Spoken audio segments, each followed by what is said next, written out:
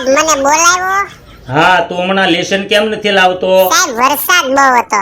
અરે પણ વરસાદ ને અને લેશન ને શું લેવા દેવા? મારા માસીના ભાણિયા પાસે છત્રી નથી. અરે પણ લેશન તો પેન થી લખવાનું હોય છે.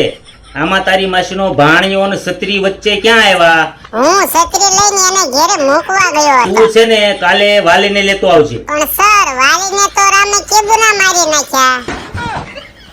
અરે એ વાલી નહીં, તારા વાલીને લેતો આવજે. મારા વાલી નહીં આવે સર. કેમ નહીં આવે? મારા દાદા ઓફ થઈ ગયા છે ને. પણ તારા દાદા તો 2 મહિના પહેલા ઓફ થઈ ગયા હતા. એ દી ઈ અડધા જ મર્યા હતા. એ કેવી રીતે? ઈ તો મને ખબર નથી, પણ મારા પાડોશી એમ કહેતા હતા કે ડોહાને આમનામ અધમુઓ કરી નાખ્યો છે. આ તો અધમુવાનો અર્થ મરી ગયા એમ થોડો થાય છે. મારા મામાના શાળાની છોકરી ભાગી ગઈ ત્યારે મારા મામા એમ કહેતા હતા કે મારો શાળો અધમુઓ થઈ ગયો છે. ત્યારે મારા મામી એવું બોલ્યા હતા કે અધમુઓ શું, પૂરેપૂરો મરી શક્યો છે, જીવતી લાશ બની ગઈ છે, લાશ.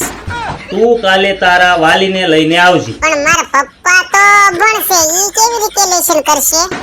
અરે એમની પાસે લેશન નથી તો કરાવવું. સર વૃક્ષારોપણનો કાર્યક્રમમાં મહેમાન તરીકે બોલાવાના છે. અરે ફરિયાદ કરવી છે. તો સાહેબ તમે ગણિતના સર અને વિજ્ઞાનના સર ત્રણે એક સાથે ફરિયાદ કરજો. કેમ એવું?